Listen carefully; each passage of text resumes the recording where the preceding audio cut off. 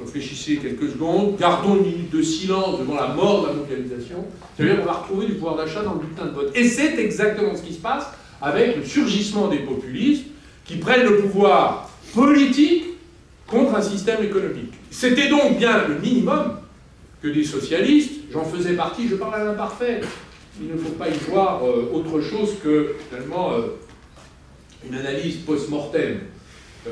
Car le socialisme, la social-démocratie a disparu, été engloutie dans la compromission, dans la mondialisation financière telle qu'elle est. Et c'est l'analyse que j'ai faite en le quittant en 2016. Voilà. Sans jamais, souvent je croise des camarades, j'ai beaucoup d'amis socialistes, j'y conserve des affections, nous avons des souvenirs en commun, des combats passés importants. Souvent on me dit Arnaud, il faut revenir. Je dis pourquoi faire? Pour faire la même chose. Donc le sujet, c'est d'abord comment on a construit méthodiquement cette mondialisation. Alors moi, je vous renvoie, puisque nous sommes ici à l'université, à la lecture d'un professeur de Harvard, M. Raoui Abdellah. Je crois que son livre n'a pas encore été traduit, mais il faudrait que je m'en occupe de le faire traduire, d'ailleurs. J'ai demandé ça à des officines littéraires. Ça s'appelle « The Global Finance ». Je crois, the birth of the global finance, les conditions dans lesquelles est née la finance globale. Alors c'est absolument extraordinaire parce qu'il a fait une enquête en interrogeant les témoins de ceux qui ont fabriqué la mondialisation financière.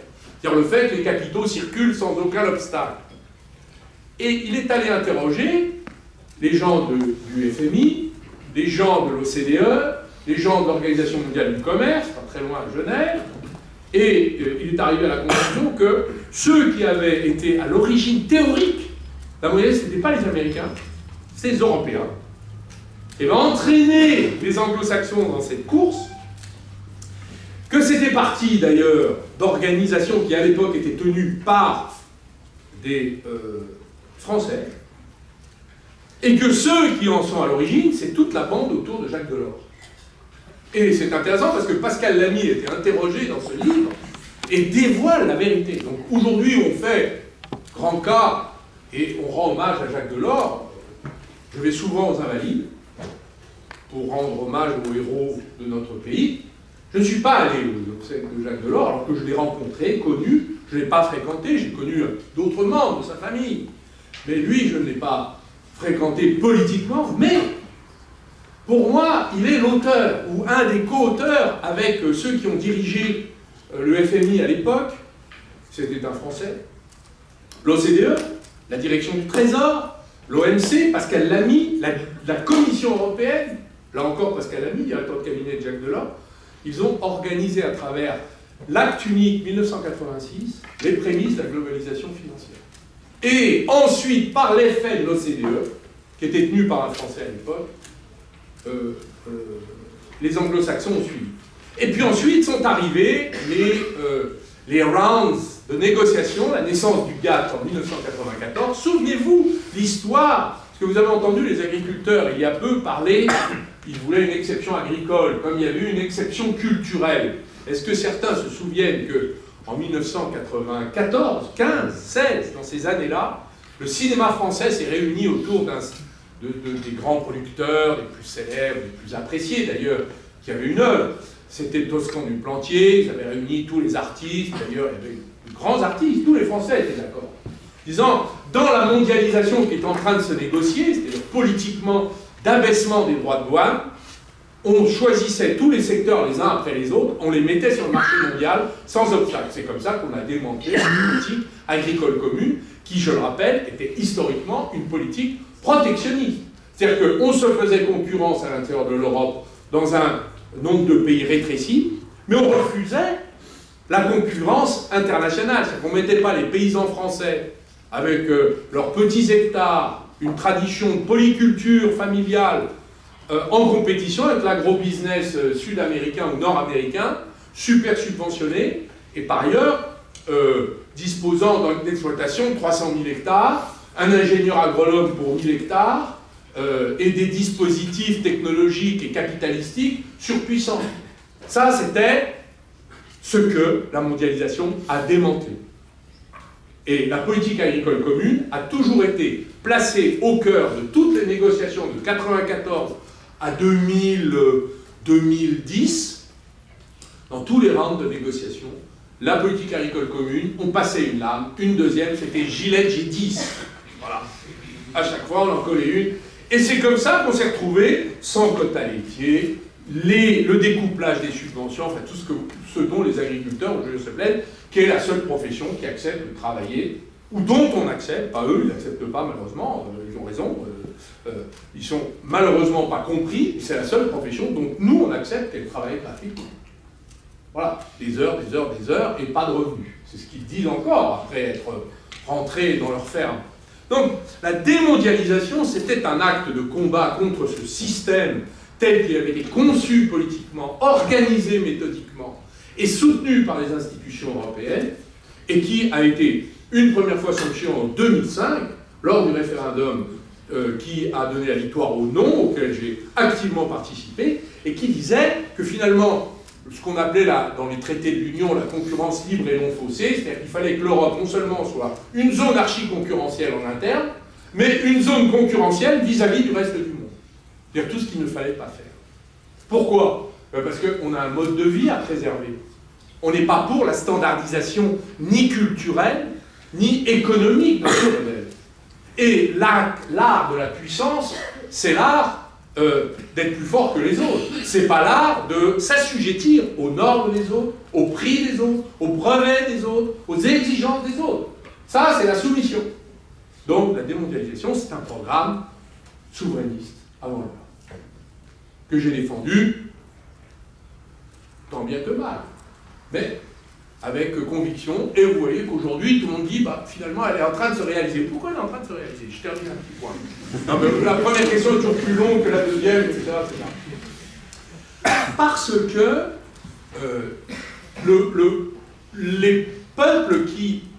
les peuples qui ont souffert de la mondialisation, et vous avez dans les enquêtes d'opinion 2 peuples qui sont à l'avant-garde du refus de la mondialisation dans toutes les enquêtes d'opinion depuis 20 ans. On peut dire que la mondialisation, elle a été, son sommet, c'était l'année 2000, quand la Chine est entrée sans aucune contrepartie dans le concert économique des nations. C'est-à-dire qu'on a dit à la Chine, bah, ok, vous pouvez venir vendre vos produits, mais on ne vous demandera pas de construire une sécurité sociale, on ne vous demandera pas de respecter l'air, l'eau, la nature, on ne vous demandera rien de ce qu'on exige de nous-mêmes. Mais allez-y, vendez-nous vos produits, on est très... D'abord, parce que vous êtes pauvres, on a besoin que vous vous enrichissiez. Et il y en a un qui a fait amende honorable, dans le livre de Raoui Abdelal, et dans de nombreux écrits ultérieurs, c'est le fameux Pascal Lamy, l'ancien directeur de cabinet de Jacques Delors, devenu secrétaire général, directeur général de l'Organisation mondiale du commerce, qui a dit on s'est trompé, on était naïfs sur la Chine. Merci. Nous qui étions lucides, nous prenons ce compliment comme l'hommage du vice à la vertu. Voilà. Et en vérité, quand la Chine a pris cette ampleur, on s'est aperçu qu'on accumule les excédents, et les classes moyennes dans tous les pays occidentaux ont commencé à payer les pots cassés de cette politique. Et il se passe exactement ce qui a été prédit à cette époque, j'en fais partie, c'est-à-dire l'appauvrissement de la classe moyenne, la prolétarisation de la classe moyenne. Alors M. Attal emploie maintenant à la tribune de l'Assemblée le mot de smicardisation de la société. Pourquoi regardez ce qui se passe dans l'économie du vêtement. Toutes les marques moyennes s'écroulent. Et c'est comme d'ailleurs dans l'alimentation. Vous allez garder le luxe et le low cost. Mais tout ce qui est au milieu, alors vous avez Kiabi, Chevignon, enfin toutes les marques anciennement, Lal aux chaussures, tout ce qui est moyen, ça c'est cool, parce qu'il n'y a plus de classe moyenne. La classe moyenne, soit elle s'est enrichie, ils sont très peu nombreux, et alors là ils changent de statut, ils prennent des grosses bagnoles, les voitures électriques, ils roulent en TGV, ils vont en vacances à l'étranger, les enfants font des études loin, soit ils s'appauvrissent, et alors c'est l'inflation, on va chez Action, on va chez Lidl, on compte nos sous, on achète 3 danettes au lieu de 4, voilà l'écart. Qu'est-ce qui s'est passé vis-à-vis de la mondialisation dans les années 2000? Il y avait 2 pays qui étaient contre, dans toutes les enquêtes, c'était les États-Unis et la France. C'est le pays de Donald Trump et de Marine Le Pen.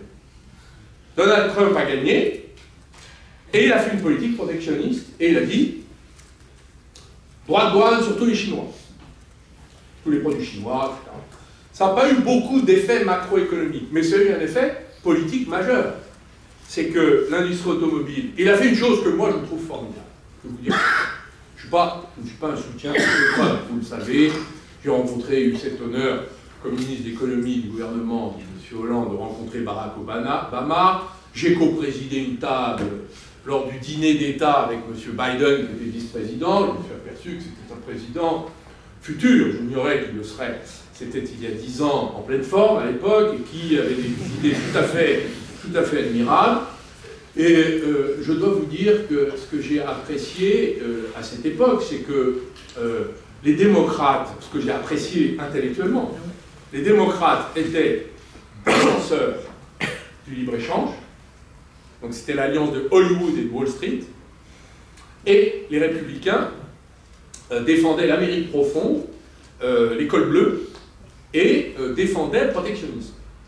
Clinton avait fabriqué l'ALENA, qui avait ouvert les frontières du Canada et du Mexique, quand Trump voulait casser l'ALENA. Qu'est-ce qu'a fait Trump quand il est arrivé? Il a dit aux majors de l'automobile américaine, qui avaient délocalisé dans les maquilladoras au Mexique, soit vous alignez les salaires au Mexique sur ceux de la Californie qui sont les plus élevés d'Amérique, d'ouvriers, et vous aurez le droit de réimporter aux États-Unis, sinon, et j'enverrai des inspecteurs pour vérifier, sinon, vous ne pourrez plus réimporter aux États-Unis. Ils ont augmenté les salaires. Donc ils ont fait le bien à la fois des Mexicains, mais aussi des Américains. C'est une politique que les Européens auraient eu intelligence à le faire déjà à l'intérieur de l'Union européenne, au lieu de faire la directive du travailleur détaché, qui est du dumping à domicile. On importe les bas salaires polonais et roumains dans le BTP français, allemand et italien. Voilà où on en est. Bon. Donc vous voyez qu'il y a eu des mouvements très profonds anti-mondialisation qui sont arrivés au pouvoir. Et aujourd'hui, tout le monde reconnaît que, c'est un système délirant. On a pensé distribuer le pouvoir d'achat à la population. En vérité, on a distribué de la misère. Vous avez la diagonale du vide dans tous les territoires après la fermeture de toutes les usines de France et de Navarre, à louer, à vendre, à louer. Prenez votre voiture, quittez les autoroutes et traversez la France, vous allez voir. Vous allez voir l'état du pays. Les salaires hors métropole, Paris, les salaires moyens, 43 000 € par an. En Saône-et-Loire, juste où j'habite, là, département dessus, où Nièvre, où je suis né, 23 000 €. Voilà l'écart entre les... Voilà, c'est ça le... Vous n'avez plus aujourd'hui, à part l'Île-de-France, même votre région est dans le rouge, le revenu par habitant moyen est inférieur à la moyenne européenne. Donc la France, c'est à bout. Pardon. J'ai été long. Mesdames, mesdemoiselles.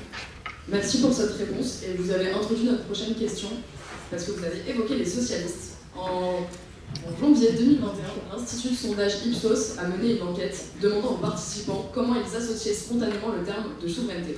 Les résultats ont montré que seulement 6% des répondants l'associaient à la gauche. Comment pouvez-vous expliquer cette disjonction entre la gauche et la notion de souveraineté? Alors, très bonne question. La gauche a décidé, c'est une décision politique qu'elle a prise il y a longtemps, et a décidé de faire l'impasse sur la question de la nation. Elle a considéré que c'est un sujet dangereux et toxique pour elle. Donc, elle a commencé, et c'était sous Mitterrand, je vais essayer de faire un peu de, comment dire, d'historiographie, enfin comment dire, de retour en arrière sur l'histoire des idées de la gauche, et de la droite d'ailleurs, ça va, c'est assez communicant. Donc la question de la nation a toujours été un impensé.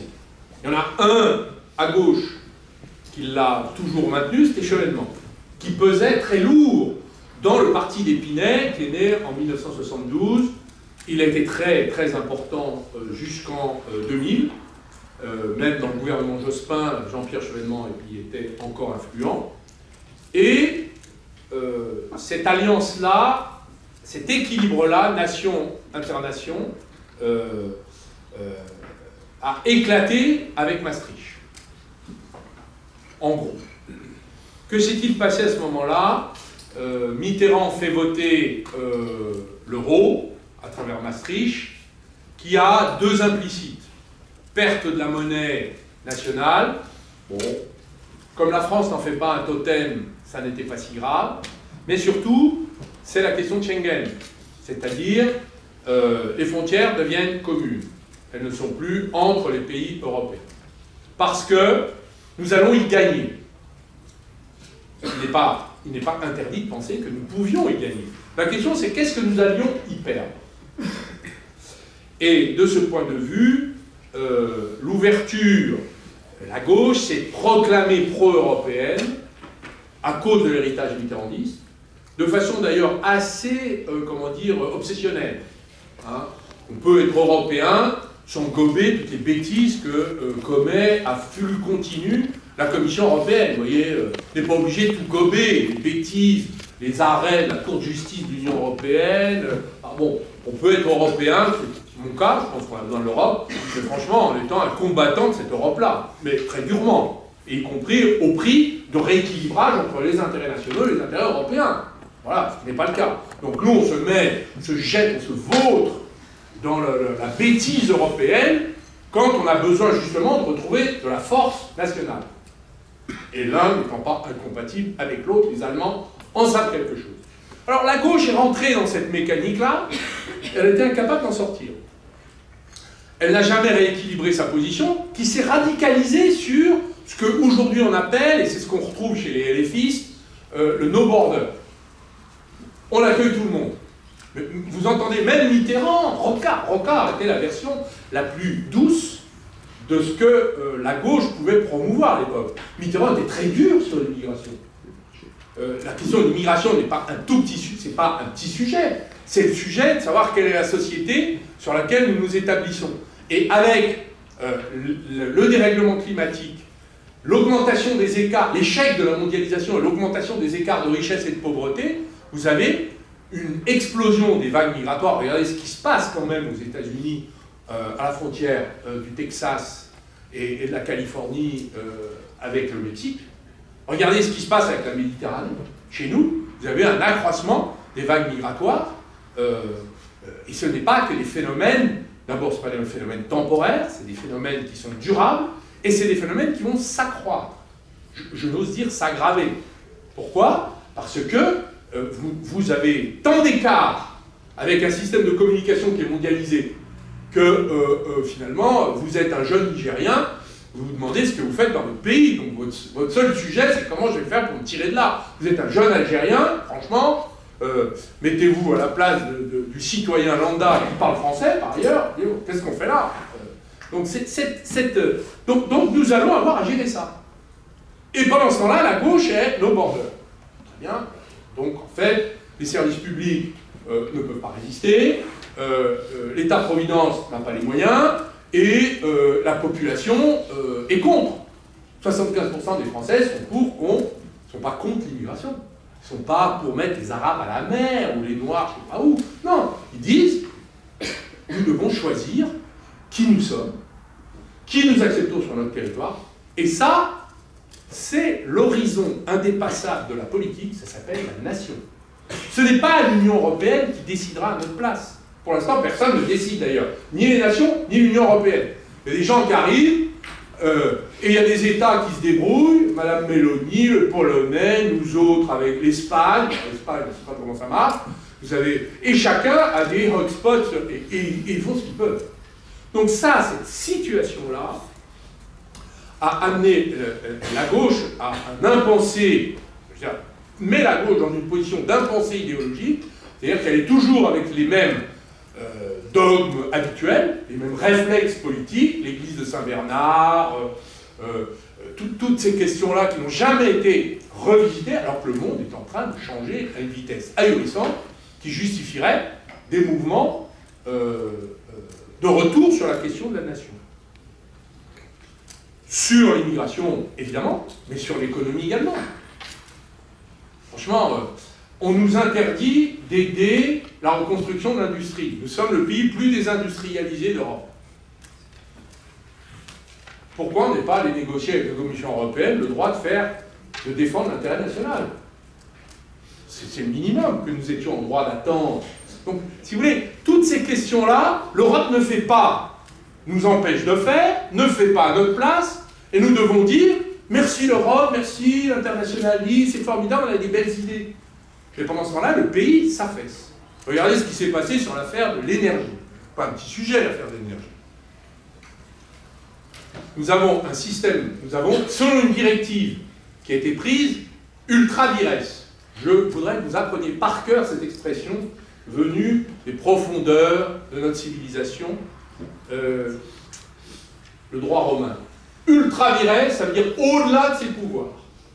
Excès de pouvoir. L'Union européenne a pris une directive en dehors de ses compétences, parce que l'Union européenne prétend avoir la compétence de ses compétences, mais ce n'est pas le cas. Les traités fixent des limites aux compétences. Ceux qui n'ont pas de limites dans leurs compétences sont les États. Mais l'Union européenne, ce n'est pas un État, ni un proto-État, c'est un traité entre des États. Et donc, ces institutions européennes ont un jour décidé qu'elles devraient avoir la compétence de leurs compétences, et elles se sont mises à légiférer dans tous les secteurs. Et même le Parlement européen, fort d'une légitimité d'un mail réel, prend des positions sur hors traité, donc ultra vires.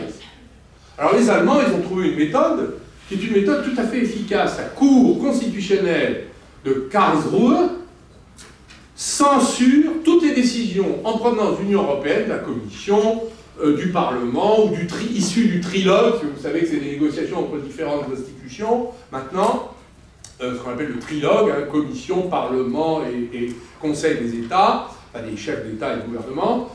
Et donc, elle prend des positions de censure de tout ce qui est ultra vires.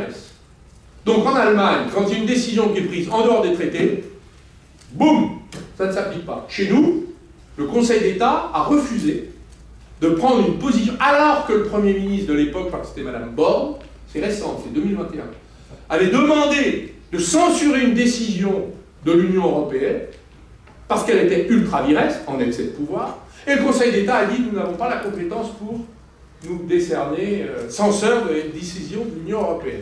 Et pendant ce temps-là, le Conseil d'État lui-même, lorsque la loi nationale empiète sur les décisions de l'Union européenne, censure la loi nationale.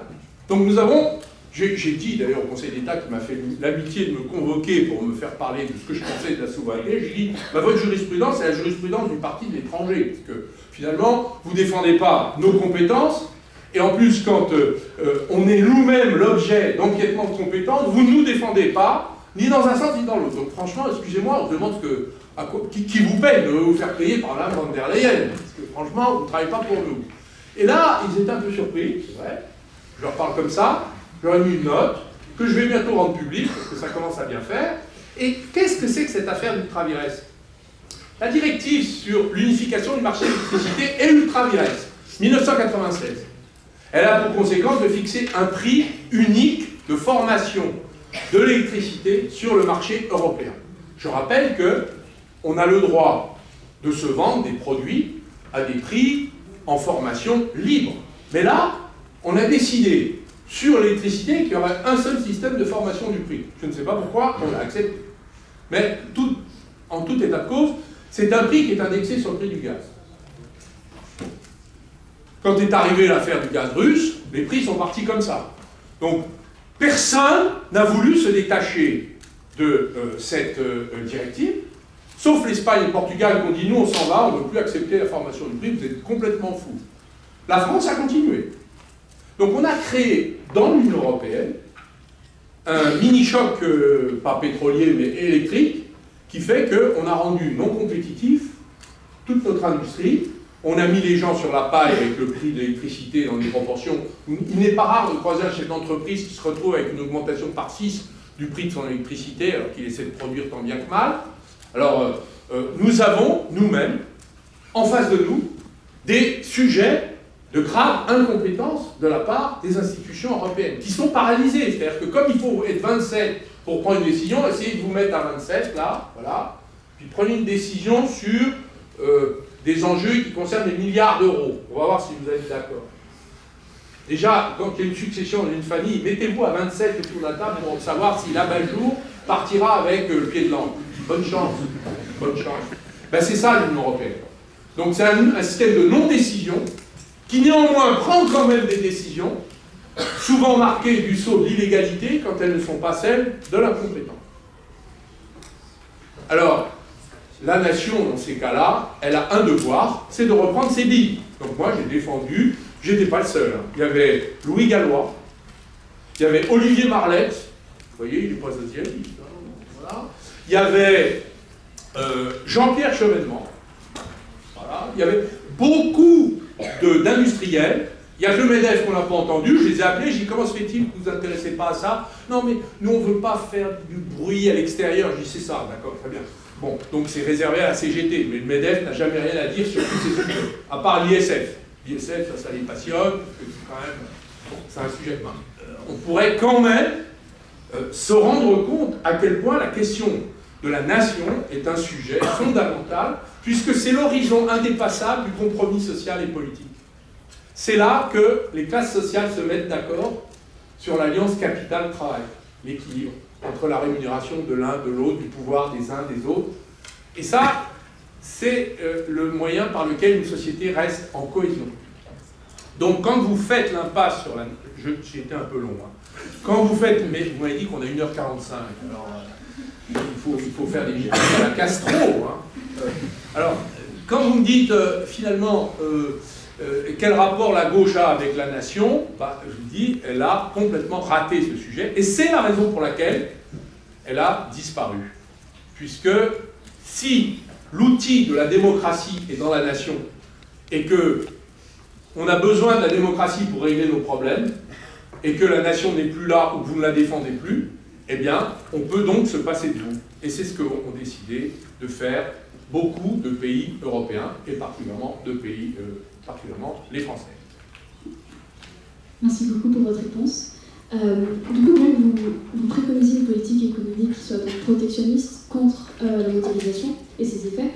Est-ce que vous ne craignez pas que cette approche puisse isoler la France d'un point de vue mondial et potentiellement entraver sa croissance compte tenu du fonctionnement international qui est aujourd'hui hyper mondialisé? Alors, c'est une très bonne question. Alors, le protectionnisme, c'est toujours un épouvantail. Le repli sur soi, les barbelés, l'intervention d'État, le diable, vous savez, avec les cordes. La liberté, c'est tellement plus facile à défendre. Mais la liberté, c'est le laisser faire. Et le laisser faire tout et n'importe quoi. Alors moi, je vous renvoie à un très bon rapport qui date de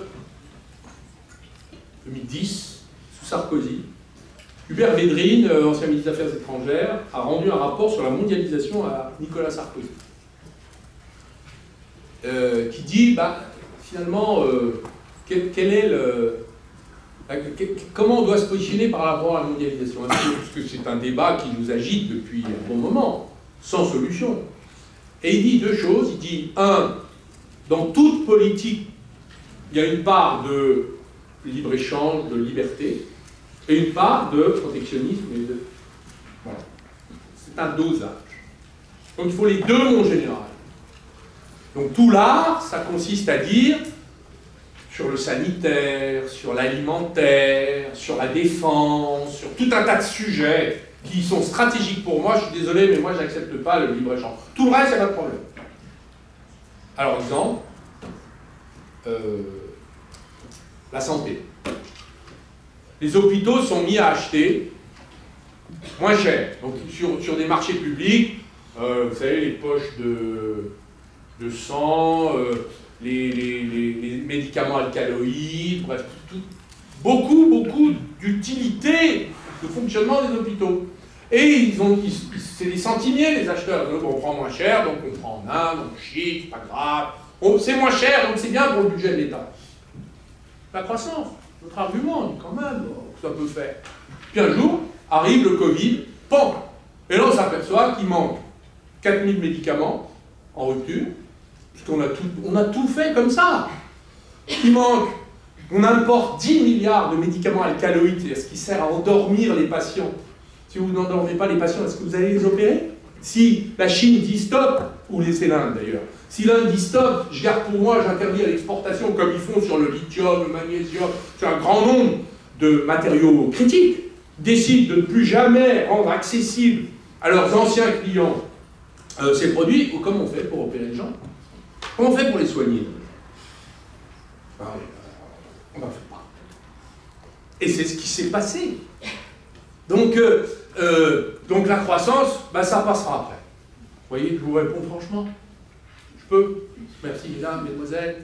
Donc, oui, la croissance, bon, en admettant que ce ne soit pas porteur de croissance, parce que la croissance, elle est quand même en berne. Hein. On est mondialisé, mais on n'a pas la croissance de la Chine. Hein. On est un des pays les plus ouverts de l'Union européenne. On n'a pas la croissance des États-Unis, qui est un pays fermé. Je rappelle que quand on était fermé, on avait une meilleure croissance. Donc en fait, nous, notre problème, ce n'est pas tellement la croissance, c'est le fait que le déficit commercial de notre pays est aujourd'hui dans le record historique depuis qu'on a une mémoire statistique économique en France. 156 milliards de déficit. Même la Grèce et la Roumanie font mieux que nous, sont améliorés. Et ça veut dire qu'en fait, on importe dans des proportions considérables nos propres besoins. Donc on est dépendant des autres. Et pire, ce sont les services financiers qui financent le déficit commercial. C'est-à-dire, en fait, ce sont les investissements étrangers en France qui financent les sorties, les chèques qu'on fait aux Chinois, aux Indiens, aux Allemands, aux Américains, à qui nous achetons des produits en masse, en permanence. À chaque fois que quelqu'un achète un jouet chinois, il faut qu'il y ait l'équivalent dans la balance financière, pour ça, puisqu'on n'a plus d'usine de jouets en France, la balance commerciale est compensée par la balance des paiements financiers. Ce qui explique qu'il y a une vague d'investissements étrangers en France et que notre pays se vend en pièces détachées. Les châteaux, je rappelle qu'il y a 130 châteaux dans le Bordelais qui sont vendus à des Chinois et des Américains. Et d'ailleurs, un jour, je ne sais plus qui me disait ça, un jour ils vont tenir l'appellation contrôlée, ils vont décider de changer ce qui c'est eux. L'immobilier, tous les hôtels parisiens, c'est les Saoudiens, les Qataris, les clubs de foot, même les Chinois achètent les clubs maintenant, vous allez voir, d'ailleurs l'OM, ça va bientôt y passer, non, c'est pas encore, non, ça va venir. Ils ont pris Sochaux, Auxerre, bon, etc. Donc tout est à vendre en France. D'ailleurs, moi je dis souvent, une nation qui commence à vendre, elle est dans la main des autres. Moi j'aime mieux les nations qui achètent. C'est quand même un tout petit peu mieux, mais c'est pas nous là pour le coup. Pourquoi? Parce qu'on ne produit plus assez de nos propres besoins. Et donc on emprunte et on importe.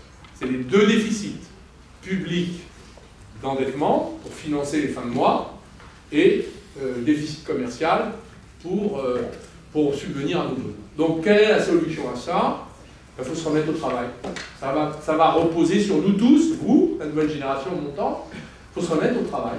Il faut reconstruire les entreprises dans l'agriculture, dans l'industrie. J'ai fait le calcul, j'ai fait faire une étude que j'ai fait financer par mon entreprise d'ailleurs, qui a montré que sur 10 produits agricoles vedettes, il y a les tomates dedans, dont on parlait dernièrement, c'est 10 milliards d'euros d'importation. Donc si on se remettait à produire de façon méthodique, travailler avec la filière agricole, des capitaux qui s'investissent, il n'y a plus de capitaux qui s'investissent dans l'agriculture, hein, on peut refaire 10 milliards de chiffre d'affaires. Si on veut reprendre 5 points de production industrielle, c'est-à-dire on est à 9-10 là, remonter à 15, c'est au niveau de l'Espagne, hein, l'Allemagne c'est 23, l'Italie c'est 19, donc on se remet au niveau de l'Espagne, 5 points de PIB. Il faut qu'on relocalise sur le sol français entre 50 et 70 milliards de chiffre d'affaires. Chiffre d'affaires. Ce qui suppose 80 milliards d'euros d'investissement par an, entre 50, allez, en 7 ans. Voilà. Aujourd'hui, le plan de réindustrialisation du gouvernement, qui est très bien, je salue cet effort, il est de 50 milliards. L'essentiel va à la décarbonation de l'industrie. La décarbonation, c'est vous ne créez pas une usine. Vous transformez l'usine, ça vous coûte cher, et à la sortie, ça coûte plus cher de produire. Donc, est-ce que c'est un bon plan de décarboner? Il le faut. Mais l'urgence, elle est ailleurs. Vous voyez ce que je veux dire? Donc, vous voyez dans quelle impasse nous sommes sur le plan économique, macroéconomique. Et quelle implication ça a sur le plan microéconomique. Alors, il y a un garçon, je vous conseille de lire ses posts sur LinkedIn, ses livres, qui s'appelle Olivier Luanzi. C'est un garçon super, ancien ingénieur des mines, et qui a travaillé pour Territoire d'Industrie. Il connaît très très bien tout ça, et il travaille pour, je crois, un cabinet conseil. Et il me l'a expliqué, mais il l'a expliqué dans ses posts. Il dit, il y a à peu près 22 000 PME en France qui ont des projets dans les cartons. Les banques ne financent pas, les boîtes n'ont plus de cash, elles n'ont pas de fonds propres, les chefs d'entreprise sont découragés, ils ont à rembourser les PGE. C'est là que ça se passera pour réindustrialiser la France et refaire une économie qui nous permette de vivre en rapport avec nos exigences, notre niveau de protection sociale, nos lois environnementales d'avant-garde, grâce à nos formidables écologistes. Tout ça, si on veut se le payer, il va falloir qu'on se mette au boulot. Voilà. C'est un peu mon propos d'aujourd'hui. Je ne sais pas si je suis en train de vous décourager, peut-être. Vous êtes le bourdon. Je n'ai pas l'impression que ce soit formidable là, comme impact. Bon, on va voir les questions. Vous avez un petit peu dépensé.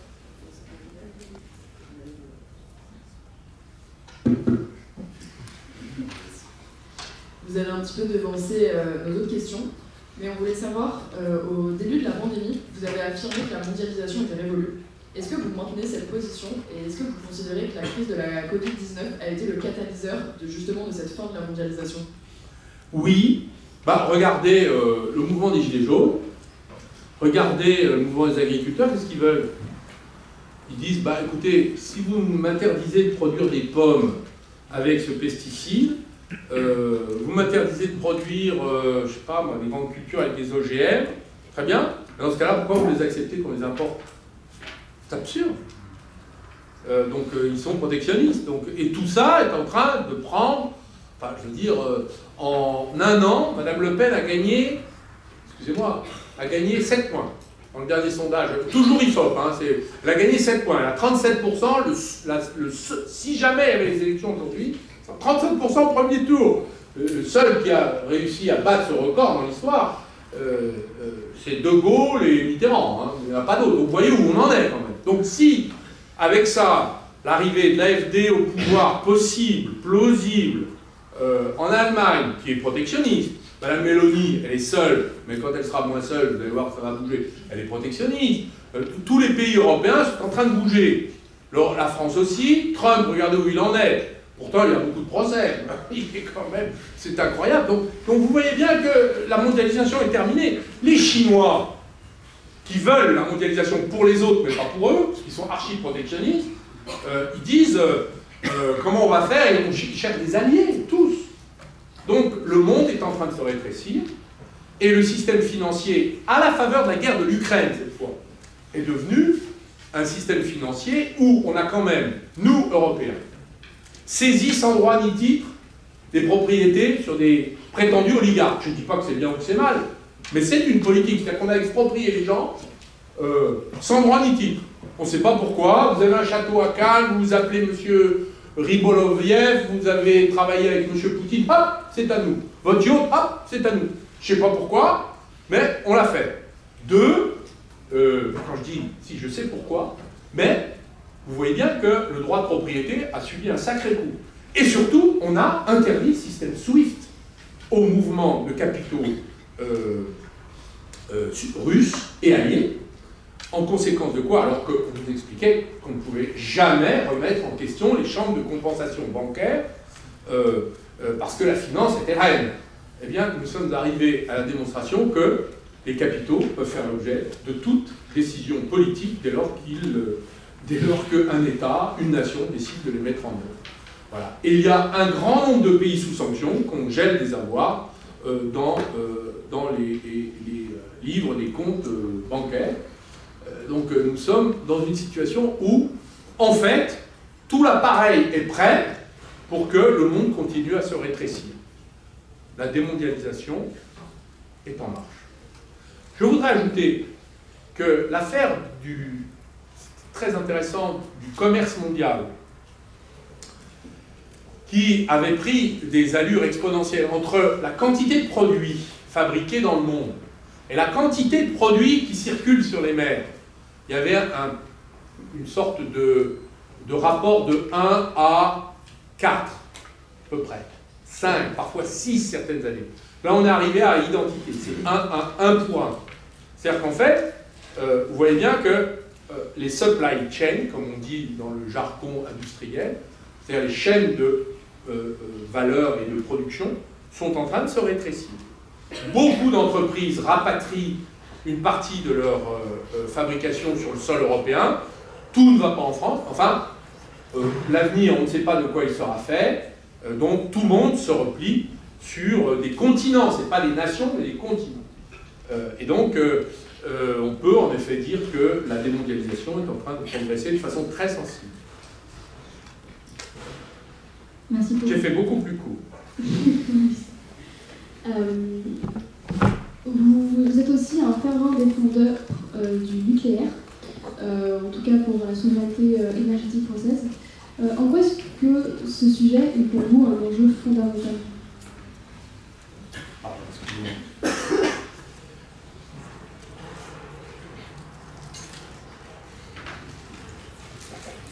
Alors, ça fait beaucoup pour un homme de gauche de défendre la nation, le nucléaire, d'être eurocritique, qu'est-ce qu'il y a d'autre encore, En fait, voilà, vous comprenez pourquoi je ne suis plus au Parti Socialiste, en fait, c'est que, comme j'ai décidé d'être libre, je donne mon point de vue. Donc ne prenez pas, finalement, pour autre chose que, finalement, un point de vue personnel. Je ne me représente que moi-même. Je ne voudrais pas que les personnes ici qui pensaient pouvoir être représentées par mes propos soient trop déçues. Vous voyez ce que je veux dire? Non, ce que je veux dire, c'est que la question du nucléaire est d'abord une question en rapport avec les grands problèmes climatiques et le carbone, notamment, qui est un sujet sur lequel il vaut mieux se pencher.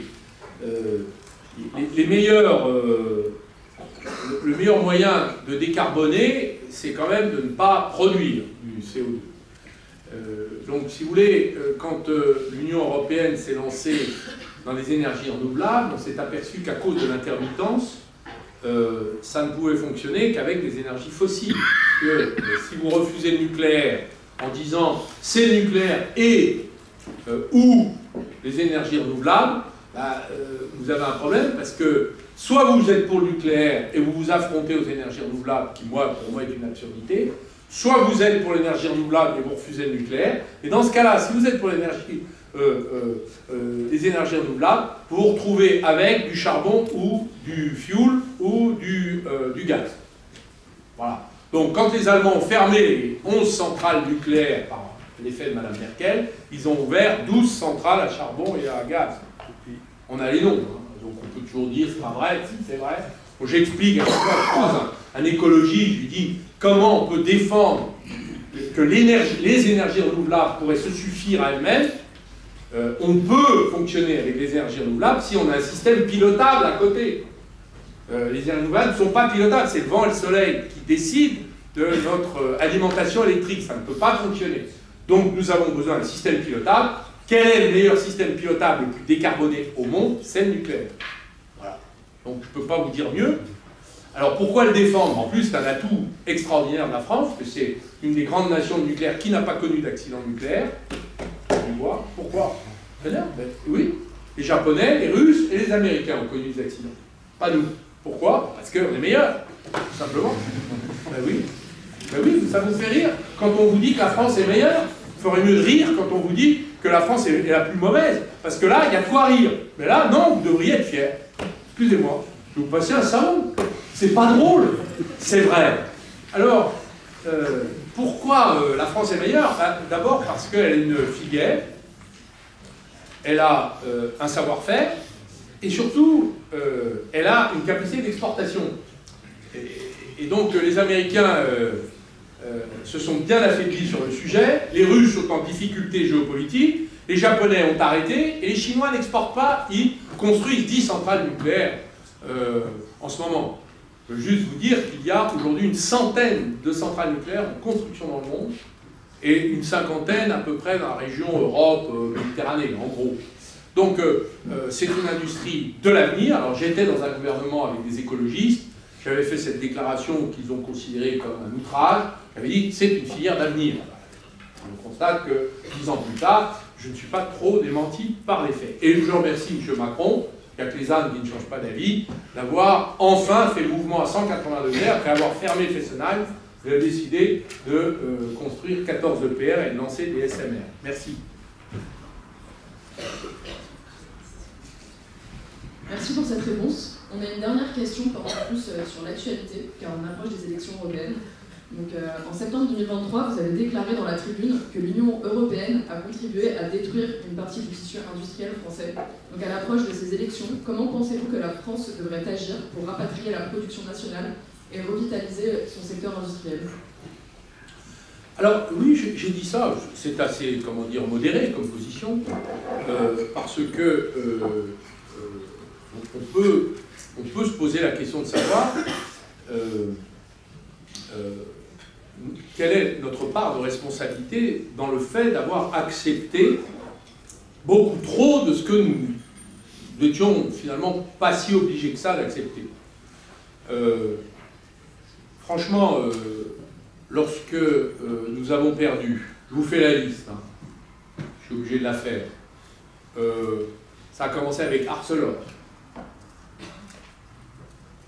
Péchinet, l'acier et l'aluminium. Ça a continué avec Alstom, que j'ai bien connu, Technip, Oil and Gas, Alcatel, Télécom, disparu, Lafarge, Suisse, Essilor, Luxottica. Alors, en plus, alors ça c'est une responsabilité, Suez et Veolia qui ont voulu finalement ne faire qu'une boîte, alors qu'en vérité on a affaibli les deux. Vous voyez les dégâts quand même de la politique industrielle. On peut s'interroger quand même sur, notre incompétence. Alors on dit, c'est les gouvernements, oui, c'est les gouvernements, c'est l'Union européenne, oui, c'est l'Union européenne parce qu'ils empêchaient de prendre des mesures protectionnistes. Je suis à l'origine d'un décret que j'ai arraché dans l'affaire d'Alstom qui permet de contrôler les investissements étrangers, c'est-à-dire les rachats de grosses boîtes, qui permet au gouvernement de dire non. Maintenant, on est tranquille, ce sera la faute du gouvernement. Mais tous ces gens qui ont vendu, c'est d'abord des dirigeants d'entreprise.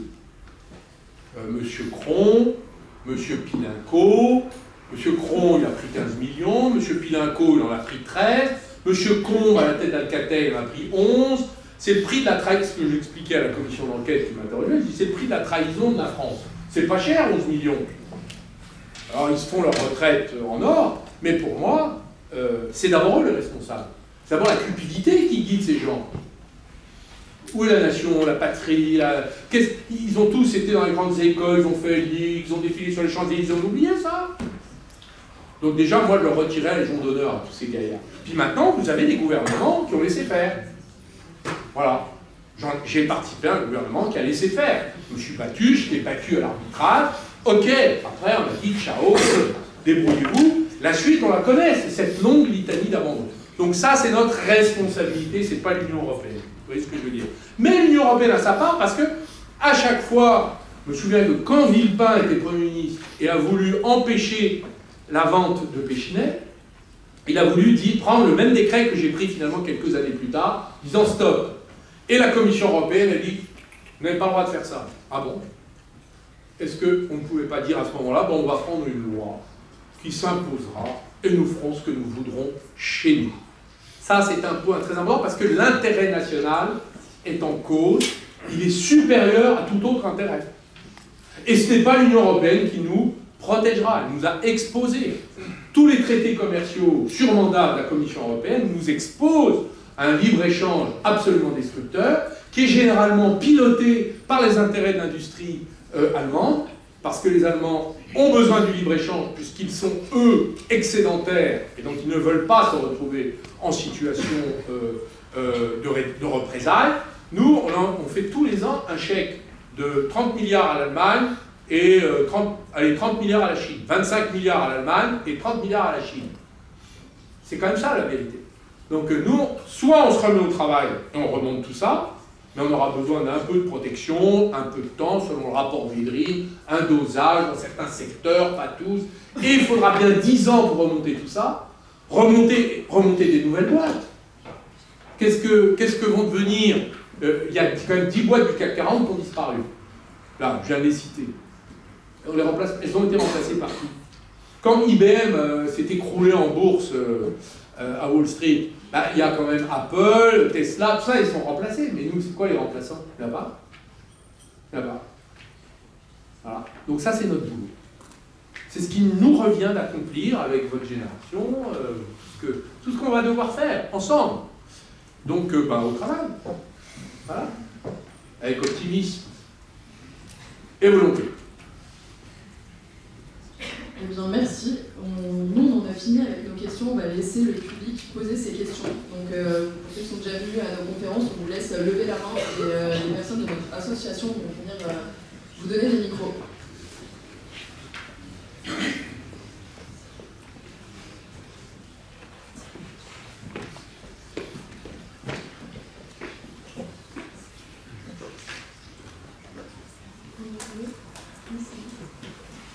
Bonjour, monsieur. En fait, du coup, avec le processus de mondialisation que vous avez très bien introduit, on a tellement exporté en fait notre production qu'en fait on a aussi exporté d'une part nos émissions d'un point de vue environnemental et notre pollution en fait. Par exemple, la pollution locale qui est mise quand il y a une usine manufacturière en Chine qui va polluer les eaux aux alentours par exemple et qui va aussi contaminer sa pollution avec les produits chimiques par exemple. Et on constate aussi qu'il y a une nouvelle définition, en tout cas moi je la vois avec ma génération, entre ma génération et la production de produits manufacturés par exemple et l'agriculture. Est-ce que vous pensez qu'on serait prêt à pouvoir conduire par exemple des mines sur nos territoires? Vous parliez justement des métaux rares en or, des lithium. Est-ce que vous pensez que nos populations seraient prêtes? Et oui, et aussi d'un point de vue de la pollution en fait. Est-ce que est-ce que vous pensez qu'on serait prêt à voir ouvrir des mines, des usines sur nos territoires? Et en fait, justement, dans ce cas-là, en fait, c'est comme si on réintroduisait en fait nos productions, nos émissions, qu'auparavant, en fait, on allait exporter. Je ne sais pas si ma question est très claire. Très claire. Mais, Très claire, merci, et très juste. Elle est très juste parce que vous mettez le doigt sur l'hypocrisie de notre société de consommation. C'est-à-dire que finalement, nous faisons produire nos émissions de CO2 par les autres en les faisant payer moins cher que si elles étaient produites sur notre sol. La cohérence exigerait que, finalement, en dehors des produits qu'on ne peut pas ou qu'on ne sait absolument pas produire, ou qu'on ne peut pas produire, qu'il y ait un rapport entre ce qu'on consomme et ce qu'on produit. Et ce rapport, il est bien sûr quantitatif, c'est le problème de la balance commerciale, je l'ai déjà évoqué, mais surtout qualitatif. C'est-à-dire que si on met en rapport l'exigence sur le CO2 que nous nous imposons avec les techniques de production, les conséquences seront un renchérissement du coût de production. Et donc, cette inflation verte que les agriculteurs voient apparaître, ont dénoncé, dont ils ne profitent pas, ou ce que tout à l'heure j'exposais à travers les efforts que seule la puissance publique peut financer, c'est-à-dire de décarbonation des processus productifs. Et il y a je vous donne les chiffres, il y a 50 sites, il y en a un dans votre ville, c'est Faisin, la vallée de la chimie qui est juste là. Il y a 50 sites identifiés par le gouvernement qui représentent 60% des émissions de CO2 de la France, industrielle de la France, d'origine industrielle, pardon, et 12% de la totalité des émissions de CO2 du pays. Pour diminuer de 50% ces émissions-là, donc passer de 12 à 6, il faut mettre 50 milliards. Donc il est évident que ça, de toute façon, les entreprises ne vont pas le payer, elles ne peuvent pas. Ça ne peut pas être le marché qui s'occupe de ça. Ça ne peut être que la puissance publique. Si c'est la puissance publique, il va falloir le payer. On va le payer par l'inflation, par la création monétaire. Donc soit c'est les entreprises qui vont payer, et les prix vont monter, parce qu'il va falloir le financer, c'est ce que disent les agriculteurs. Moi, je veux bien produire des pommes sans pesticides, mais j'ai une chute de rendement de 50%. Donc si j'ai une chute de rendement de 50%, mon prix va augmenter de 50%. Enfin, il va être multiplié, pardon, par 2. Voilà. Et donc s'il est multiplié par 2 chez moi, vous imaginez, il est multiplié par 4 ou 5 ou 6 au distributeur. Donc ma pomme, qui en voudra, qui va vouloir la manger. Mais elle sera super. Voilà. C'est ça le problème. Ça s'appelle la greenflation. Hein, chez les économistes, vous avez dû regarder ça à travers vos cours de macroéconomie. Donc cette inflation-là, il va falloir qu'on l'assume. C'est comme quand on va augmenter les coûts de construction parce qu'on va mettre du bois qui est 25% plus cher, aujourd'hui. Alors, évidemment, si vous voulez déplacer, c'était ça votre question, mademoiselle, vous voulez déplacer des usines chinoises pourries, qui n'ont pas de protection sanitaire pour les salariés, pour l'environnement immédiat, qui polluent l'air, qui rejettent dans les fleuves. C'est sûr que ça ne marche pas chez nous. Et chez nous, on a Seveso, Seveso bas, Seveso haut. Et donc, ça ne sera pas le même coût.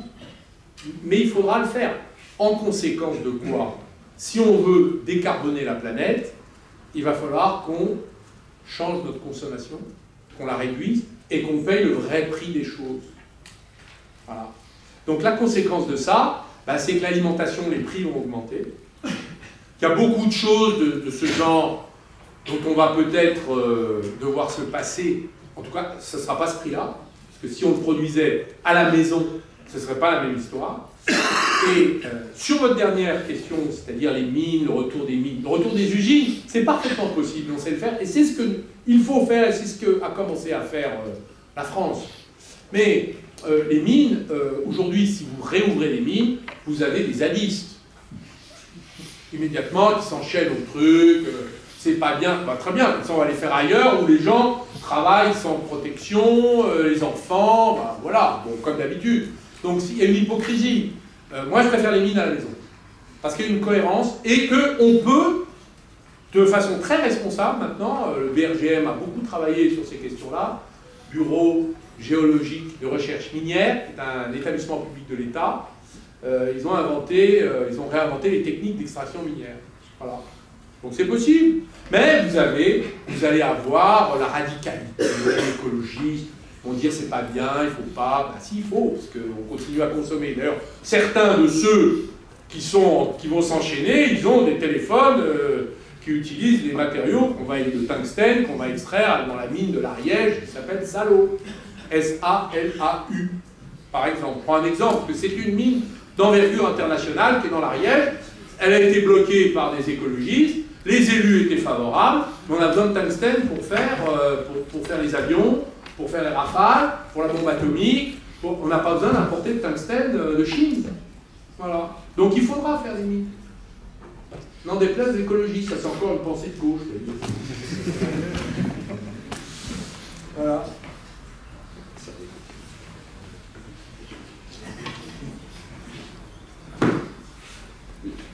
Bonjour. C'est un peu la suite de la question, c'est que vous remet qu'il y a des enjeux sur cette question de, par exemple, réouvrir les mines, mais il y a aussi l'enjeu d'avoir un récit sur ces questions-là. Et vous avez parlé de Olivier Bonzi, il y a Anaïs Boisgelis qui a écrit un livre avec cette personne qui insiste beaucoup sur cette question d'avoir un récit sur cet enjeu-là. Comment on fait aujourd'hui pour avoir ce type de récit qui ne soit pas non plus un retour au grand mythe gaulo-pompidolien, qui n'est pas forcément la panacée. Et donc on voit que le Conseil national de la refondation n'a pas exactement rempli ses prérogatives. Écoutez, moi je ne vais pas rentrer dans les grands mythes gaulo-pompidoliens. Je veux juste quand même dire que si nous voulons garder notre niveau de vie, notre mode de vie, il va falloir qu'on décide de s'atteler à ces problèmes. Donc si nous voulons une nation encore puissante et non pas assujettie, si nous voulons encore garder notre liberté, il va falloir la payer de notre travail.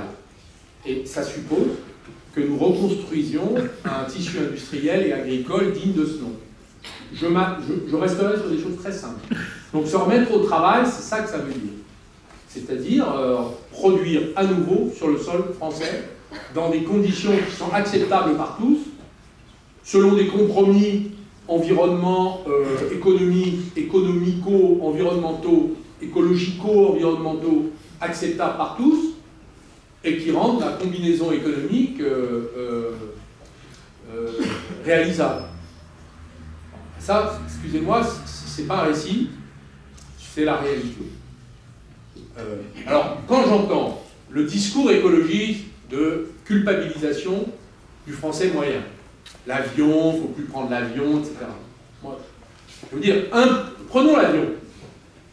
La totalité du transport aérien français, par tous les Français, tous, riches, pauvres, moyens, EasyJet, les jets privés des riches, des hommes riches, etc., tout le monde, c'est l'équivalent d'une centrale à charbon allemande.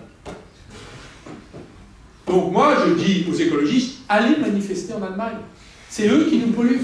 C'est pas nous. Commençons par eux. On va gagner beaucoup plus de temps. On embêtera, pardon, je n'emploie pas l'expression de M. Pompidou, on emmerdera un peu moins les Français, mais surtout, ça serait bien pour une fois d'emmerder les Allemands. Franchement, excusez-moi. Parce qu'il y en a marre. Que l'on nous a culpabilisés sur le nucléaire, alors qu'on est la nation, une des nations au monde les moins émissives de CO2. Et on est en train de se culpabiliser, nous. Je voudrais qu'on se réveille, qu'on regarde les vraies proportions. Est-ce qu'on sait, ici, dans une cour de Sciences Po, qu'il se construit aujourd'hui, en Asie, dans les pays de l'ASEAN, 638 centrales à charbon. Aujourd'hui. Qu'est-ce qu'on fait contre ça? Est-ce qu'on prend des mesures de protectionnisme climatique contre la voiture chinoise qui est en train d'envahir Non, on continue. Et vous avez des écologistes qui viennent nous dire qu'il faut rouler à vélo. Oui, on va rouler à vélo. Bien sûr qu'on le fait. Moi-même, je le fais. Mais le sujet n'est pas celui-là. Donc, dans la bataille géopolitique, écologico-politique, il faut choisir ses inimitiés. Et il faut les désigner. Donc, faites-le. Comme moi. Voilà. C'est fini. Bonjour.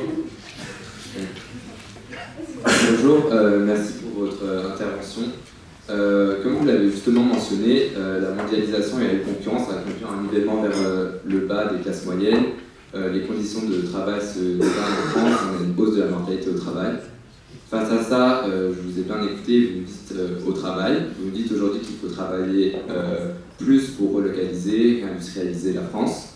Donc ma question est la suivante, c'est comment vous conciliez le social et l'économique? Comment vous comptez redonner aux Français le beau travail, et particulièrement aux classes populaires qui sont usées par le travail, et à la jeunesse qui croit de moins en moins en la valeur travail? Dans votre vision, est-ce qu'il faut travailler plus longtemps et plus dur, comme avec la réforme des retraites? Au contraire, est-ce que ce n'est pas par une meilleure répartition de la valeur ajoutée, avec une diminution du temps de travail, qu'on redonnera aux Français le goût au travail et qu'on apaisera la société?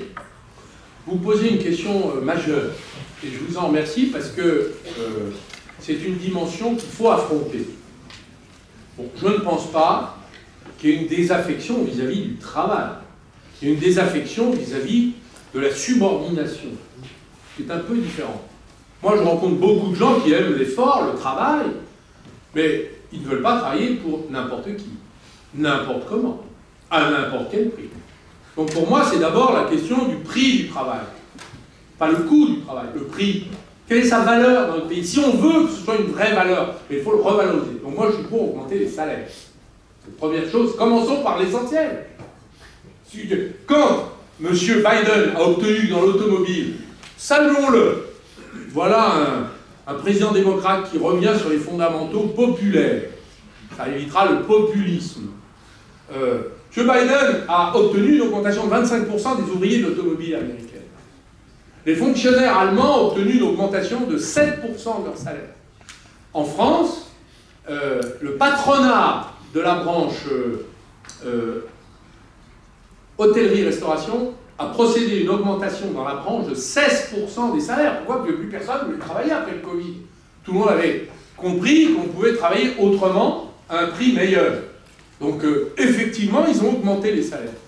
Donc moi, je suis favorable à ce qu'il y ait une augmentation, branche par branche, une renégociation des salaires pour lutter contre la smicardisation de la société, c'est-à-dire l'écrasement de l'échelle des salaires, et en fait l'appauvrissement des gens au travail. Point 1. Point 2, la question des conditions de travail, pour moi, est une question à laquelle, dans une entreprise où il y a du dialogue permanent, est traitée. Mais il faut qu'il y ait du dialogue. Donc où est le dialogue dans l'entreprise? Sujet très important. Je suis favorable depuis 20 ans. Mes amis politiques qui m'ont fait la gentillesse d'être là aujourd'hui, je les remercie, le savent. Je suis pour les salariés élus dans les conseils d'administration des entreprises pour pouvoir prendre la codécision. Ça marche très bien en Allemagne. Regardez comment ils ont réussi à maintenir une industrie. Vous savez pourquoi ils ont maintenu une industrie? Parce qu'il y avait les salariés qui étaient dans le conseil d'administration. Donc les actionnaires, ils ne faisaient pas la loi de la cupidité. Ils avaient un pouvoir qui leur permettait d'éviter les délocalisations, la destruction, etc. Donc moi, je suis favorable à ça. Ça fait partie, c'est ma réponse. C'est une réponse, j'allais dire, pour une fois, social-démocrate. Vous voyez, encore un homme de gauche sommeille en moi, qui se réveille sous l'impulsion de vos questions. Et puis, surtout, la question du compromis social, économique, écologie, économie, il faut des lieux pour discuter de tout ça. Et de ce point de vue-là, le système politique a sauté. Il n'y a plus de discussion en politique aujourd'hui. Vous avez des batailles rangées d'idiots qui s'insultent. Franchement, moi, je n'ai pas connu ça. J'ai été jeune député, j'avais 30 ans, je suis arrivé à l'Assemblée nationale. C'est en 1997. Franchement, je vais vous dire un truc. On s'écoutait. Bien sûr, il y avait des moments de tension parfois rares. On s'écoutait. Je me souviens, même le président de l'Assemblée nationale disait « On ne se met pas en cause, personnellement. » Et tout le monde disait « Oui, c'est vrai, c'est absurde. » Donc, il y avait un dialogue. Il m'est arrivé parfois en écoutant ceux qui combattaient ce que je disais, dire ils ont raison. Et il m'est même arrivé de me lever, de reprendre le micro, après tel amendement, tel autre. Ce qu'a dit ce parlementaire est tout à fait juste, et je vais reprendre son amendement. Le Parlement, c'est le lieu où l'on parle, où on se parle. On parlemente, il n'y a plus d'endroit. Les discussions entre partenaires sociaux ont disparu. Pourquoi ? Parce que l'État, vorace, a voulu reprendre le contrôle de l'assurance sociale, et c'est ce qu'a fait, ce qui s'est passé ces dernières années. L'État a pris des décisions à la place des partenaires sociaux. La réforme des retraites, qui est une réforme injuste, pour moi. Elle est injuste parce que, quand vous avez commencé tôt, à la limite, si le gouvernement avait dit, bah, écoutez, on est obligé d'augmenter la durée de travail, mais pour tout le monde, mais pour que ce soit juste, quand on est ouvrier, on a commencé à 14, ou cadre, on a commencé à 28, bah, ce sera pour tout le monde la même. Et puis, donc, il n'y a plus d'âge légal de départ à la retraite, il y a une durée, et on termine comme ça. Franchement, la CFDT, une partie de FO aurait accepté, on aurait trouvé un accord. Pourquoi ils ne l'ont pas fait? Parce qu'ils voulaient faire payer les pauvres, beaucoup plus longtemps, parce qu'ils sont plus nombreux. Et donc, ça allait alimenter la caisse. Bon, ça c'est inacceptable. Alors, est-ce qu'il faut travailler plus durement? C'est ça, je crois, le sens de votre question. Bah, déjà, les gens qui travaillent dur. Donc le sujet, c'est pas ceux qui travaillent aujourd'hui. Le sujet, c'est tous ceux qui ne travaillent pas. Je voudrais vous donner un chiffre.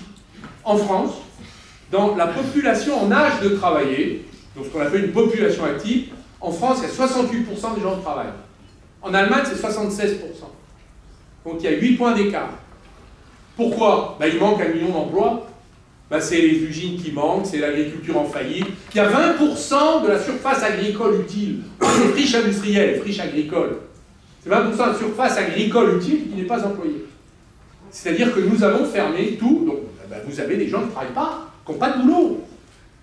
Et donc on a fait quoi? On a fait des pis-aller, on a fait du RSA, des APL, enfin, on soutient les gens comme on peut. Mais ça ne remplacera jamais la dignité au travail. Oui, Victor Hugo parlait du travail fier.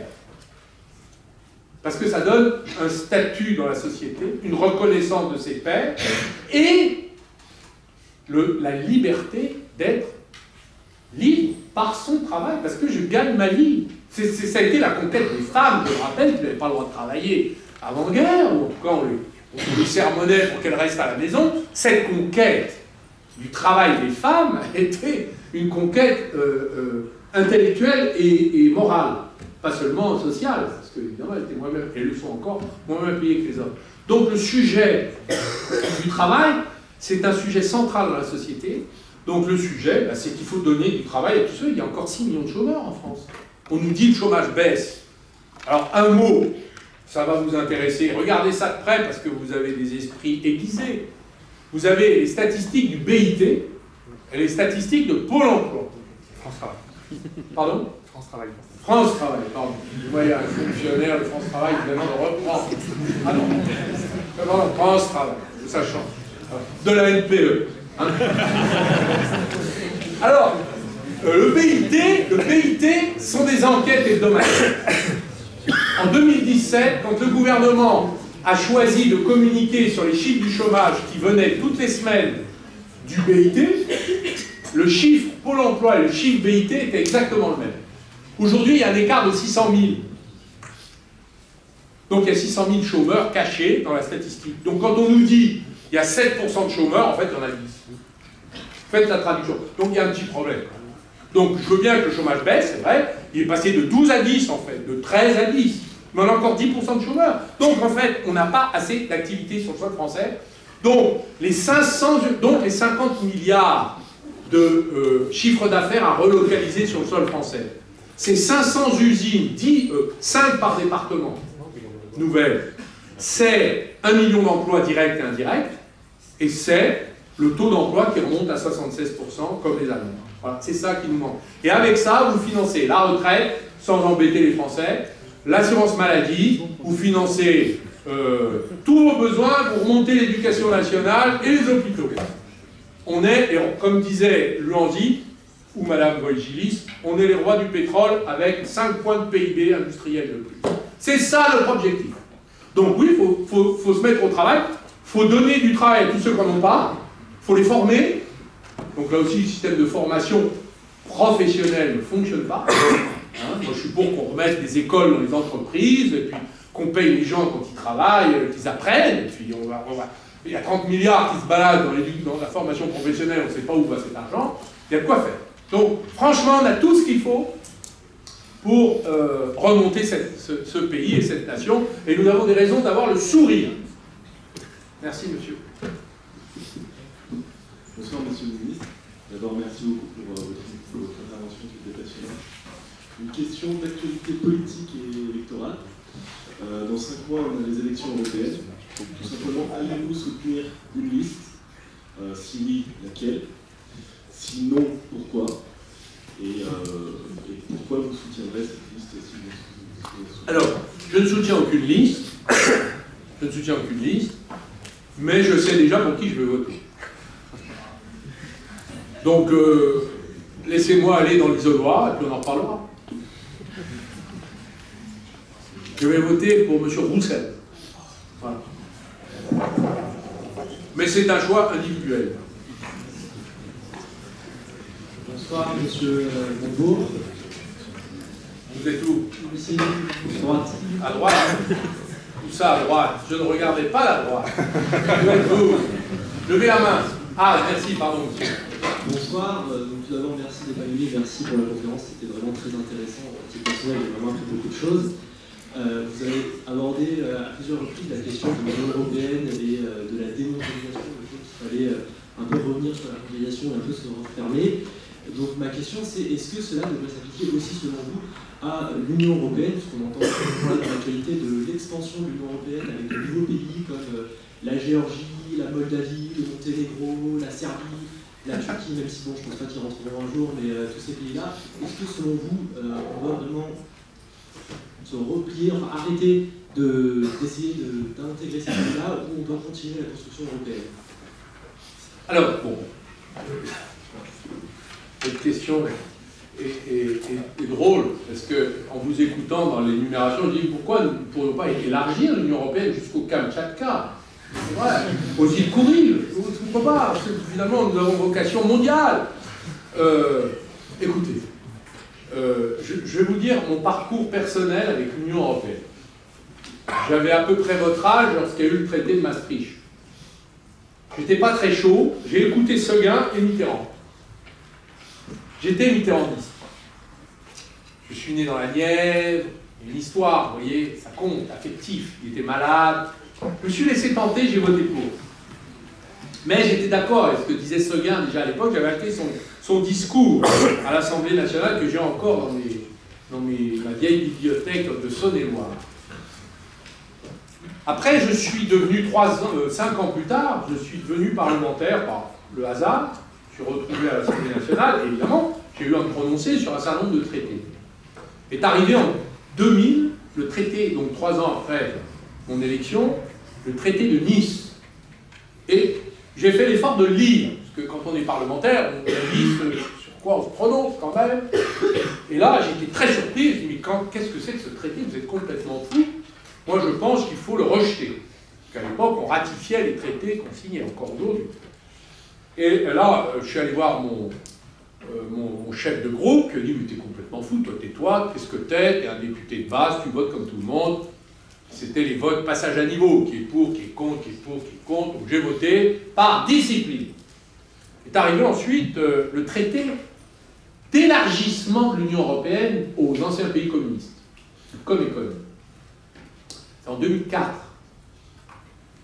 Et là, j'ai vu que c'était terrible, parce qu'on allait se retrouver à ce qu'on est aujourd'hui, 28. Et j'ai dit à mon chef de groupe, la dernière fois qu'il m'a fait voter par discipline, mais cette fois-ci, j'ai indiscipliné, je ne voterai jamais ce texte. Vous allez tuer l'Union européenne, ce qu'il en reste, déjà que c'est pas brillant. Enfin, moi je ne marche pas, et j'ai refusé de voter. C'était en 2004, il y a 20 ans.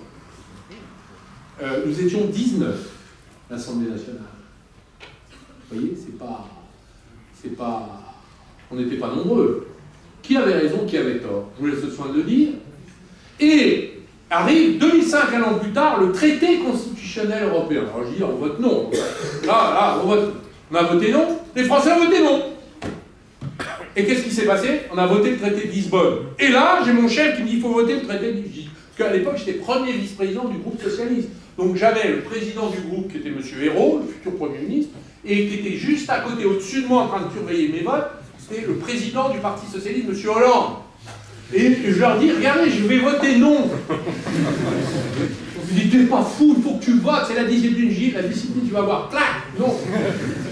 Déjà, 2005, ça ne les a pas empêchés de nommer ministre, vous voyez, comme quoi la discipline n'est pas forcément la règle de la politique. Jamais être discipliné, défendre ses convictions, puisque une école de sciences politiques. Et surtout, après, je suis entré au gouvernement, il y a eu le traité, le pacte, le fiscal pacte, qui est le traité d'austérité de Mme Merkel. J'ai dit, tu as dit au discours de Bourget que tu ferais le contraire. Elle me dit, ben oui, mais on ne peut pas faire autrement. Je dis, ben alors pourquoi tu l'as dit? Tu n'aurais pas été élu comme ça, peut-être qu'on aurait eu une chance avec Sarkozy, qu'il le combatte plus que toi. Il n'a pas aimé. Et je lui ai dit, tu as de la chance que je ne sois pas parlementaire, sinon j'aurais voté contre. Quand on est ministre, on ne vote pas. Et on se tait. Donc je me suis tu jusqu'au jour où je ne me suis plus tu. Etc., etc. Vous connaissez la figure. Donc, les élargissements de l'Union européenne à l'Ukraine, à Monaco, à je ne sais quoi, à la terre d'Adélie, tout ça est la mort de notre pays. Donc maintenant, ça suffit. Je suis même pour qu'on rétrécisse un peu la voilure, vous voyez. Moi, je ne comprends pas pourquoi Malte a une voie comme la France. C'est une île entourée d'eau, de toutes parts, comme disait André Mauroy, parlant de la Grande-Bretagne. Donc, excusez-moi, Malte n'a aucune raison d'avoir une voie. Les 3 pays baltes, qu'est-ce que c'est que cette histoire? Combien de divisions, disait Staline en parlant du Vatican et du pape? Combien de divisions? Donc ça suffit, c'est un bazar noir. Il suffit d'avoir campé, comme je l'ai fait à Bruxelles, avec mon lit de camp de ministre de l'économie, pour faire les conseils européens, pour comprendre qu'il n'y a jamais de majorité. Il y a des minorités de blocage, des majorités de proposition, et vous avez des gens qui se battent tout le temps. Donc il n'y a pas de décision. Donc les compromis sont toujours foireux, et vous les voyez arriver avec des directives qui ont remplacé à 60% les lois nationales. Donc heureusement que certains défendent la souveraineté nationale, qui disent, et j'en fais partie, juridiquement et politiquement, Quand l'intérêt national est menacé, vous permettrez que la loi puisse corriger la décision européenne. Voilà. Ça s'appelle le petit point de couture sur la tapisserie hideuse. Voilà, merci. Est-ce qu'on a fini? On va prendre les 2 dernières questions. Il reste que 2 questions. Vous êtes intarissable, hein. J'ai plus de voix, dépêchez-vous. Bonjour. Bonsoir plutôt. Je suis ici. Ah, bonjour. Merci d'être là. J'ai écouté vos paroles depuis tout à l'heure avec attention et j'ai remarqué que quand vous mentionnez les hommes souverainistes de gauche des grandes figures, vous n'avez pas mentionné Jean-Luc Mélenchon qui s'était affiché quand même plusieurs fois anti-Europe et qui avait quitté le Parti Socialiste 8 ans avant moi en 2008 parce qu'il trouvait trop libéral, etc. Et donc je me demandais pourquoi ça, parce que d'un point de vue économique, je ne pense pas que ce soit très loin de ce que vous pensiez. D'un point de vue institutionnel, LFI reste quand même une tradition social-démocrate, même s'ils sont très conflictuels, mais ils ne veulent pas faire la révolution quoi. Et donc, pour moi, le seul point qui est resté, c'est quand vous mentionnez tout à l'heure la politique de no border, enfin ce que vous disiez no border, et j'aurais aimé que vous précisiez là-dessus, parce que est-ce que c'est plutôt d'un point de vue culturel, ou est-ce que c'est d'un point de vue économique, parce que vous l'avez dit tout à l'heure, plutôt dit avec des mots mais sans chiffres, si pour vous le plus important c'est le récit, la nation, etc. Est-ce qu'on peut défendre que la France a été le pays des droits de l'homme, le pays du droit d'asile, donc que c'est un devoir pour la France d'accueillir les étrangers? Ou est-ce que pour vous c'est plutôt un point de vue économique? Et dans ce cas-là, qu'est-ce qui justifie pour vous de manière chiffrée le fait qu'on ne pourrait pas accueillir les étrangers, alors même qu'aujourd'hui le président de la République nous dit qu'il nous faut un réarmement démographique et qu'on n'a pas assez de population en France? Merci. Écoutez, bonne question, merci, encore une. Je n'ai pas mentionné Jean-Luc Mélenchon parce que je ne l'entends pas parler de souveraineté. Je l'entends parler de tas de choses, mais pas du tout de ça. Et par ailleurs, sur le plan de la question des frontières, je rappelle, je vous renvoie au livre de Régis Debray, Éloge de la frontière. C'est un livre magistral que vous devriez tous lire, qui raconte, qui théorise la question de la frontière, en expliquant que la frontière, c'est ce qui permet d'être. Donc quand on dit il n'y a plus de frontières parce que tout le monde a le droit de venir chez nous, on n'est pas souverainiste, puisqu'on a par définition décidé de ne pas choisir, de ne pas être. Voilà. On n'est rien, donc on est le monde, on se créolise. Donc moi je ne suis pas du tout, je suis opposé à la vision défendue par Mélenchon, et je pense qu'il y a une dérive de sa part. Voilà. Et que s'il y a un Mélenchon d'antan que j'ai pu saluer, il y a un Mélenchon d'aujourd'hui que je combats. Alors maintenant, sur les questions justes que vous posez, migration économique, pas économique, moi je suis pour que la nation chaque année dise quels sont les besoins en population qui nous manquent sur le plan économique. C'est ce que proposait Sarkozy sur les quotas d'immigrés. Bon, c'est ce que font les Canadiens, c'est pas des nazis les Canadiens. Je crois pas. Bon. Et d'une certaine manière, c'est une façon de rationaliser le débat. La loi, qui n'était pas si mauvaise, celle sur l'immigration, la dernière, elle disait des choses intelligentes, d'une certaine façon. Elle disait, là où il y a des secteurs en tension, il faut procéder à des régularisations. Je suis pour qu'on régularise les personnes qui travaillent, qui respectent les lois, c'est normal. Mais que ce soit systématique, non. Ça, c'était la position de la gauche. Il faut tout régulariser. Non. Est-ce que ça doit être au cas par cas? Ça, c'est la position du gouvernement parce qu'ils n'ont pas pu avoir de majorité. C'est-à-dire, c'est les préfets qui vont décider en catimini. Est-ce que, au contraire, on devrait avoir un débat, j'allais dire, rationnel sur les apports positifs d'immigration? Bah oui. Donc ça, c'est ce que défend M. Didier Lesky. Lisez son petit livre. Je fais un peu de pédagogie. Je vous fais votre biblio, les jeunes. Là. Alors voilà, lisez Tract, Didier Lesky, l'immigration en question. J'ai oublié le titre. Vous pouvez le retrouver sur Google. On va essayer.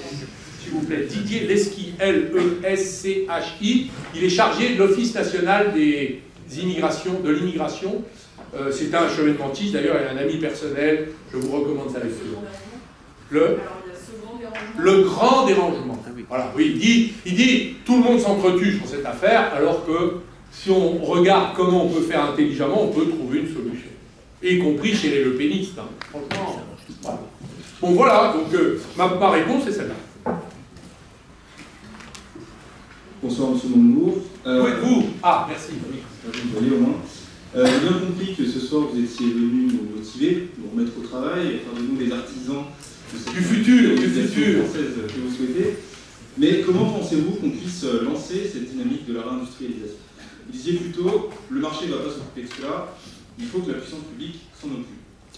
Mais ce que je remarque, moi, c'est que vous avez laissé de côté dans votre exposé la question de la nationalisation. Et donc, ma question est la suivante. Comptez-vous laisser le marché rouvrir des industries dans un territoire qui ne lui est pas économiquement favorable, ou faut-il penser plutôt à un plan ambitieux de nationalisation? Merci. Alors, bon, bonne question. Nous avons là des étudiants pertinents. La nationalisation, comme vous le savez, je suis un pratiquant et un croyant. Alors, un croyant, je crois que vous l'avez détecté, un pratiquant, c'est moi qui ai nationalisé Peugeot. Vous ne saviez pas que Peugeot a été nationalisé. Vous voyez? Pourquoi vous ne le savez pas? Parce que le gouvernement auquel j'appartenais n'a jamais voulu qu'on le dise. Mais on l'a fait. On a pris, c'est très simple, Peugeot, 2012, 5 milliards de pertes. La banque captive, alors vous savez que chaque constructeur a une banque qui permet d'assurer le leasing pour l'achat des véhicules de ses clients. Et ils ont une banque dédiée, chacun une banque, qu'on appelle une banque captive, qui travaille avec les seuls clients du constructeur automobile et qui octroie le leasing. La banque captive de PSA à l'époque était en faillite. Donc je suis allé à la Commission européenne chercher faire autoriser 7 milliards de garanties pour sauver la banque captive de Peugeot. Et nous avons décidé de faire augmentation de capital. Donc on a remis 1 milliard, on a mis 800 millions dans la boîte, de restructurer la gouvernance de l'entreprise. L'État a pris 14%. Alors la famille Peugeot avait 37%. Ils avaient mis la boîte en faillite. C'était leur joujou. Je suis désolé de dire ça, on dit qu'il ne faut pas toucher quand même les grandes familles. On se croirait sous Maurice Druon, les grandes familles. Ah oui, les grandes familles, il y en a qui réussissent, il y en a qui ne réussissent pas, c'est pas grave. C'est la loi du capitalisme. Donc, la famille Peugeot avait mis cette boîte en faillite, avait été incapable d'internationaliser la boîte, c'est-à-dire quand vous avez un constructeur dans un petit pays comme la France qui est tout seul, ben, il est mort. Ghosn, avec ses défauts, il avait au moins réussi à faire l'alliance avec Nissan, racheter Lada, racheter Mitsubishi, et il avait fait numéro 1 mondial devant Toyota et Volkswagen avant sa chute. Donc on peut au moins lui rendre cet hommage. La famille Peugeot, ils avaient mis la boîte en faillite, on était obligé de fermer Aulnay-sous-Bois, j'ai fermé une usine de 3000 personnes en Seine-Saint-Denis quand même, à cause de ces lascars. Donc, qu'est-ce qu'on a fait? On a dit, écoutez, on va vous rincer, on va rentrer dans le capital, on va prendre le contrôle, et on va faire un accord avec les Chinois, parce que vous n'arrivez pas à... Vous vendez des Citroën en Chine, vous n'arrivez pas à faire un accord avec les Chinois, parce que vous avez peur de vous faire diluer. Là, c'est les faits qui vont parler.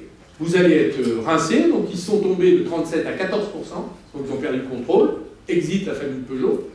Les Chinois ont pris 14%, on a fait une alliance, et l'État a pris 14%, et la direction a été donnée à Louis Gallois, ancien patron de la SNCF, d'Airbus, qu'on a nommé, qui lui est allé chercher Tavares. On a mis 800 millions dans Peugeot. On a pris le contrôle. Qu'est-ce qu'on a fait? D'abord, on a remonté Peugeot. Ensuite, Peugeot a racheté Opel, Allemagne, une boîte en faillite, qu'on a remontée. Puis ensuite, on a fait un accord, on a racheté Fiat et Chrysler. Et maintenant, Peugeot, numéro 4 mondial. Merci Arnaud. Donc, si vous pensez qu'on n'est pas pour la nationalisation... Alors maintenant, vous allez me dire, pour sauver, pour réindustrialiser, il faut nationaliser. D'abord, on ne nationalise que ce qui existe. Donc, généralement, pour éviter que ça se défasse. Ou pour pouvoir faire quelque chose avec. Alors, moi, je vais vous dire, je suis pour la nationalisation d'une des grandes banques. Parce qu'aujourd'hui, on a un problème de banques en France qui ne participent pas à la réindustrialisation. Donc là, moi, je suis pour la nationalisation d'une banque. En revanche, l'entrepreneuriat, la création de richesses, ça relève de la liberté d'entreprendre. On a besoin de ça aussi. Voilà. Donc l'État ne peut pas être partout, il ne peut pas tout faire, et il ne sait pas tout faire. Mais il sait gérer des cas comme Atos. Je suis pour qu'on prenne le contrôle. Franchement, laisser ces types détruire un outil pareil, c'est quand même criminel. Il paraît qu'il s'en occupe, monsieur le maire, il a mis du temps. Hein. Faut dire entre 3 romans, quand même, qui se mettent à regarder la quand même. Donc voilà, nous sommes un peu dans cette situation. Donc moi, je suis favorable à la nationalisation, mais on ne réindustrialisera pas à coup de nationalisation.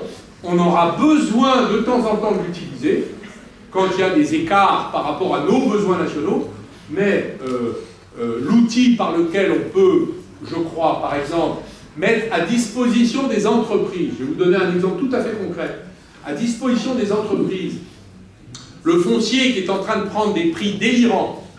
C'est-à-dire qu'aujourd'hui, vous voulez monter une usine, vous êtes obligé d'acheter le foncier, les prix explosent, qu'il n'y en a plus, à cause de la loi zéro artificialisation nette, qui est une nécessité, et il nous faut 22 000 hectares pour réindustrialiser la France. Donc on va les trouver où? Donc moi je suis pour que l'État prenne le contrôle avec les collectivités locales, une agence nationale, à un prix très bas, pour pouvoir mettre à disposition de tout investisseur, privé ou public, s'il y en a, le foncier industriel. Voilà, ça c'est des exemples de partenariat public-privé. Je suis pour l'alignement des intérêts du public et du privé. Je ne suis pas pour la confrontation du public face aux crises. Je suis pour qu'on fasse des compromis et qu'on travaille ensemble dans une stratégie de redressement national. J'ai dit.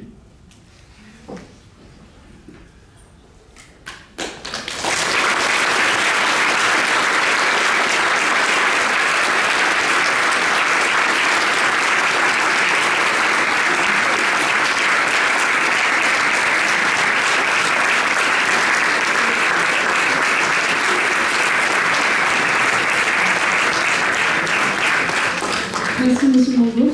Je pense que nous avons tous ici pu vos paroles, c'était bien passionnant. Merci à vous aussi d'être venus ce soir à notre nouvelle conférence. N'oubliez pas, lundi, nous avons une conférence en partenariat avec Euroca où nous recevons Jean-Marc Sirouen qui va nous parler des enjeux économiques de l'Europe pour la continuité de cette conférence, au final. Toutes les infos sont sur notre page Insta. N'hésitez pas au passage à nous suivre pour être au courant des nouvelles conférences. Et on a le plaisir de vous revoir